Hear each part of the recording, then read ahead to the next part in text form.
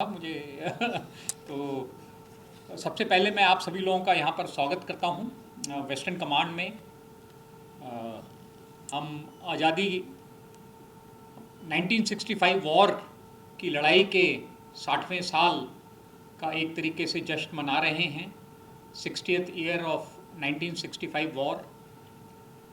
और 2025 में भी पाकिस्तान ने एक बार दोबारा दुस्साहस किया पहलगाम में टेररिस्ट अटैक करके। और जैसा कि हमने 1965 में उसके जो भी इरादे थे उनको नाकाम किया था, उसी तरीके से 2025 में भी हमने उसके पाकिस्तान के जो नापाक इरादे थे उनको हमने विफल किया। 1965 की अगर हम बात करें तो जो लड़ाई थी वो कच्छ के इलाके से शुरू हुई थी। कुछ विवादास्पद इलाके थे सीमा से लगे हुए, जहाँ पर पाकिस्तान के सैनिकों ने कब्जा करने की कोशिश की।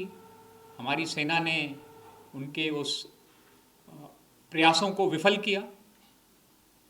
उसके बाद मई में पाकिस्तान की सेना ने चुपचाप कारगिल की कुछ चोटियों पर आकर के वो बैठ गए, जैसा कि उन्होंने 1999 में भी किया था।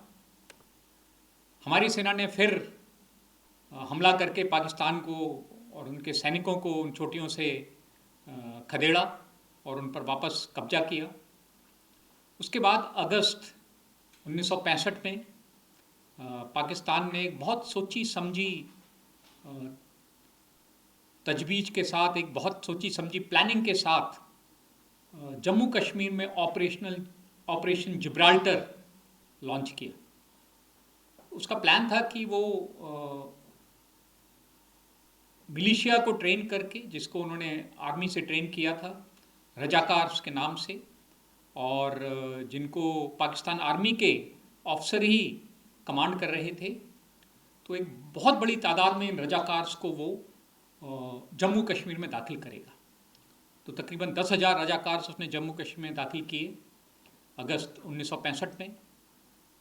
उसको लगता था कि शायद जम्मू कश्मीर का आवाम लोग उसका साथ देंगे और वो जम्मू कश्मीर पे कब्जा करने में कामयाब होगा।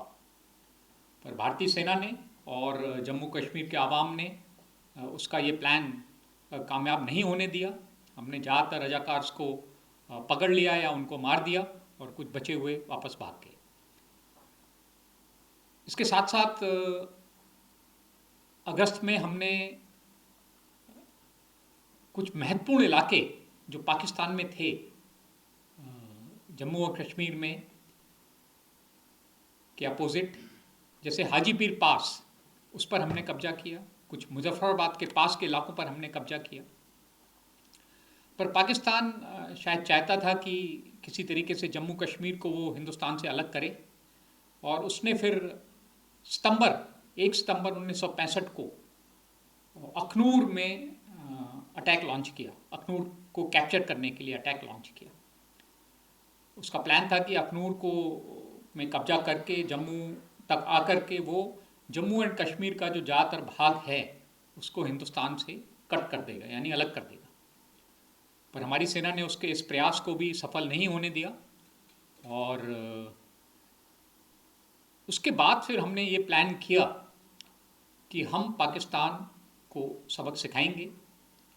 और हमारा जो 11 कोर पंजाब के इलाके में डिप्लॉयड था उसने लाहौर की तरफ हमला किया। हमारा 1 कोर जो जम्मू और सांबा के बीच में था उसने सियालकोट की तरफ हमला किया। और इन दोनों हमलों में हमने पाकिस्तान के बहुत इलाकों पर कब्जा किया। लाहौर के पास बरकी, डोगराई के इलाकों पर कब्जा किया। सियालकोट के पास फिलौरा के इलाके पर हमने कब्जा किया। और इस युद्ध में काफ़ी घमासान युद्ध था और बहुत एक तरीके से प्रचंड टैंक टू टैंक बैटल हुए। शायद द्वितीय विश्व युद्ध के बाद ये सबसे फियर्स टैंक बैटल्स थे। पाकिस्तान के पास पैटर्न टैंक्स थे जो उनकी काबिलियत काफ़ी अच्छी थी, पर हमारे वीर सैनिकों ने उन पैटर्न टैंक्स को पूरी तरह से नष्ट कर दिया। और जैसा कि आपको पता है, खेमकरन के पास एक जगह है असल उत्तर, और असल उत्तर का मैदान तो एक तरीके से पैटन टैंक का कब्रिस्तान बन गया था। तो ये हमारे सैनिकों की वीरता थी। वीर अब्दुल हमीद, जिन्होंने असल उत्तर की लड़ाई लड़ी, एक ओपन जीप में उन्हें पाकिस्तान के टैंक से मुकाबला किया और कई टैंक्स को बर्बाद किया। तो जब पाकिस्तान को लगा कि लाहौर और सियालकोट पर खतरा मंडरा रहा है, तो उसने फिर सीज़ फायर की मांग की और 22 सितंबर को हमारी लीडरशिप ने उस सीज़ फायर को एक्सेप्ट कर लिया। जैसा कि मैंने शुरू में कहा कि 1965 के 60 साल बाद फिर पाकिस्तान ने पहलगाम में हमला किया और हमने उसका बहुत सख्त जवाब दिया, उसके टेररिस्ट ठिकानों को बर्बाद करके, उसके हेडक्वार्टर्स, पोस्ट्स, एयर बेसिस को बहुत नुकसान पहुंचाकर। और हमको विश्वास है कि शायद पाकिस्तान इस पनिशमेंट के बाद कुछ सीख हासिल करेगा। हमारा मकसद 1965 में भी और आज भी शांति का है।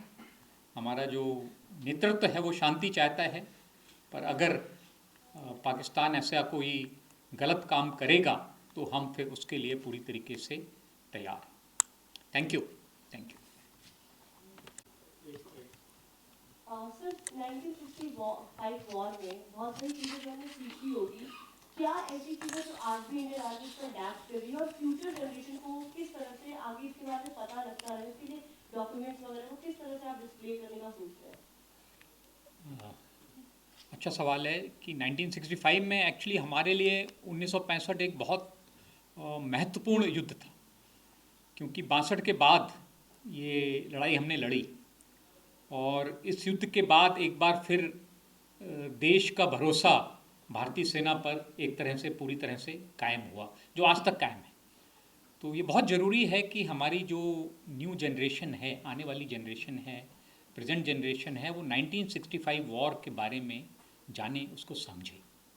और जैसा मैंने कहा, हमारे बहुत वीर योद्धा हैं 1965 के, जैसे वीर अब्दुल हमीद थे, 17 पूरा हॉर्स के कमांडिंग ऑफिसर थे, लेफ्टिनेंट कर्नल तारापुर जो आगे से लीड कर रहे थे अपनी यूनिट को और शहीद हुए, वो परमवीर चक्र मिला उनको। तो इन सब के बारे में हमारी जो एक तरह से वीरता की गाथाएं हैं 1965 की, वो ज़रूरी है कि जो प्रेजेंट जनरेशन है वो उसको ध्यान में रखे। और बहुत सी चीज़ें हैं जो हमने 1965 से सीखी, किस तरीके से हमें आर्मी और एयरफोर्स का कोऑर्डिनेशन रखना है, किस तरीके से प्लानिंग करनी है डिफेंसिव ऑपरेशंस की, ऑफेंसिव ऑपरेशंस की। तो बहुत सी चीज़ें हमने 1965 वॉर से सीखी हैं, जो हम अभी भी जिनको हम अपनी सिखलाई में शामिल कर रहे हैं। और एक सबसे बड़ी चीज़ जो हमने सीखी 1965 वॉर से, वो ये था कि टेक्नोलॉजी ज़रूरी है, मशीन ज़रूरी हैं, पर मैन बिहाइंड द मशीन भी बहुत इम्पॉर्टेंट है, यानी वो ज़्यादा इम्पॉर्टेंट है। क्योंकि इस लड़ाई में पाकिस्तान के पास टैंक भी अच्छी टेक्नोलॉजी के थे, हवाई जहाज़ भी अच्छी टेक्नोलॉजी के थे, पर हमने जीत हासिल की क्योंकि हमारे सिपाहियों का हौसला, उनका मनोबल, उनका मोटिवेशन बहुत हाई था।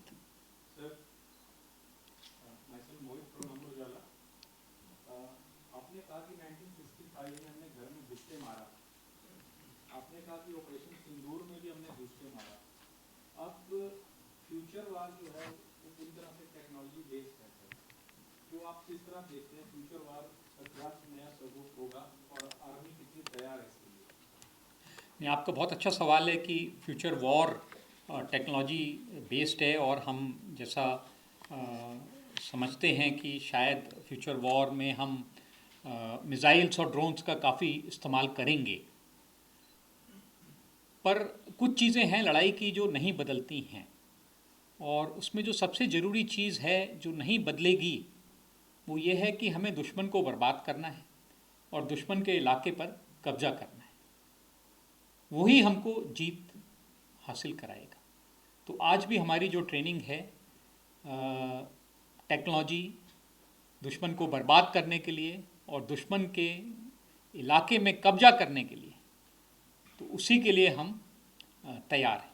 सर एक अच्छी बात कल आपके उसमें हमें देखी सर, आपने बहुत अच्छी एग्जीबिशन लगवा रखी है वहाँ पे। अब जो ड्रोन है सर, मेक इन इंडिया जो आप इस तरफ बढ़ रहे हैं, कई यूनिट्स ऐसी हैं जो खुद के जो मैकेनिकल्स हैं, इलेक्ट्रिकल विंग्स हैं, उनकी इंजीनियर विंग्स हैं, उनके जवान कुछ ड्रोन बना रहे हैं। बहुत अच्छे बड़े पैमाने पर इस ड्रोन की ट्रेनिंग भी दी जा रही है। कुछ तो स्वीकृत हो भी गए हैं, कुछ को टेक्निकल स्वीकृति मिल गई है और कुछ जल्दी ऑपरेशन हो जाएंगे।